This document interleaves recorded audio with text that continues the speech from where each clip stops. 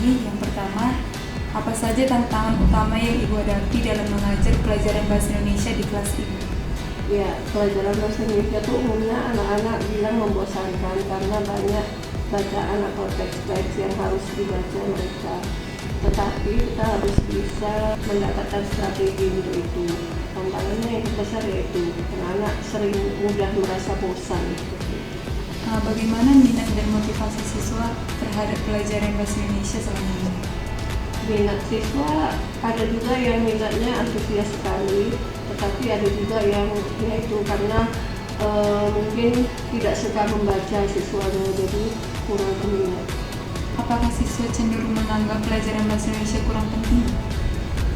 Tidak juga, karena saya sering bilang berkali-kali sama siswa bahwa pelajaran bahasa Indonesia ini apabila nilainya kurang, tidak cukup KKM itu, maka mereka tidak akan naik kelas. Jadi mereka tidak menggampangkan.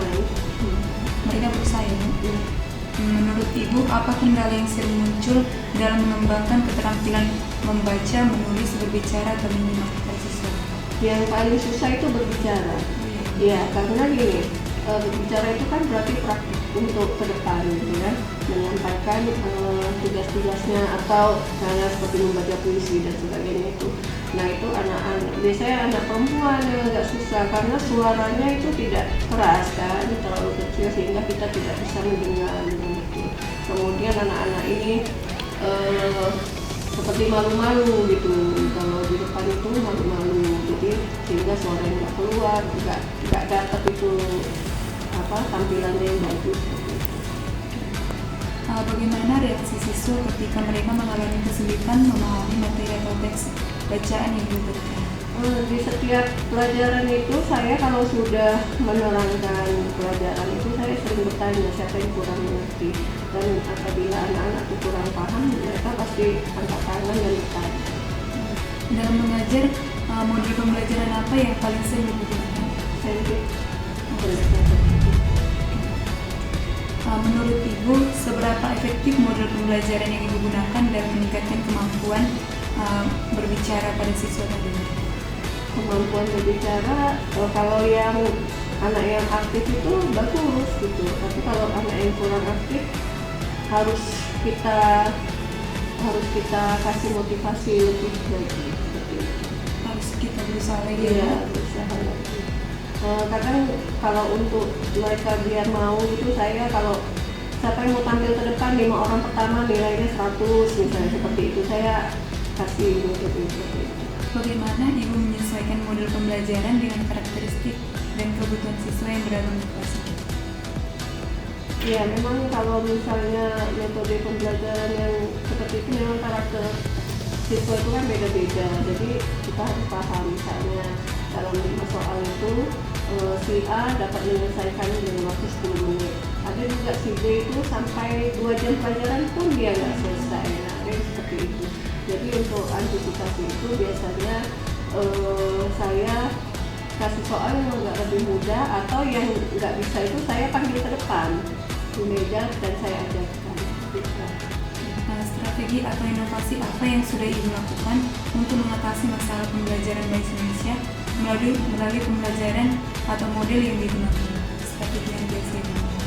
Strateginya yaitu saya sering menawarkan nilai sama siswa, apabila yang bisa menjawab saya kasih poin seperti itu.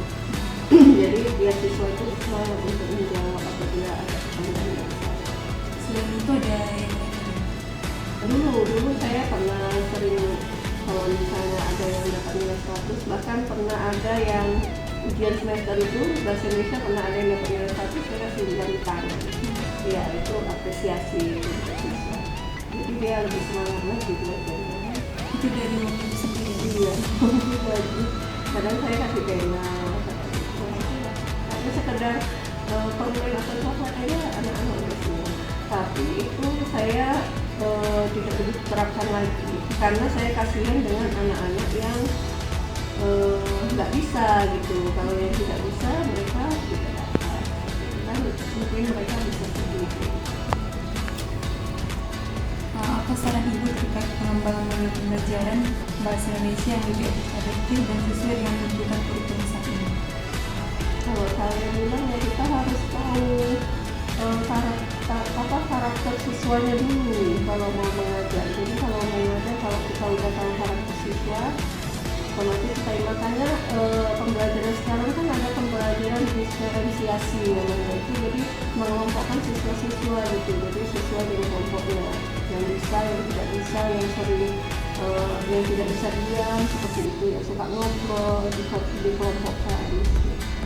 Berarti pengumpulannya dari segi karakteristik yang terkait ini Bu, sifatnya. Iya dari sifatnya.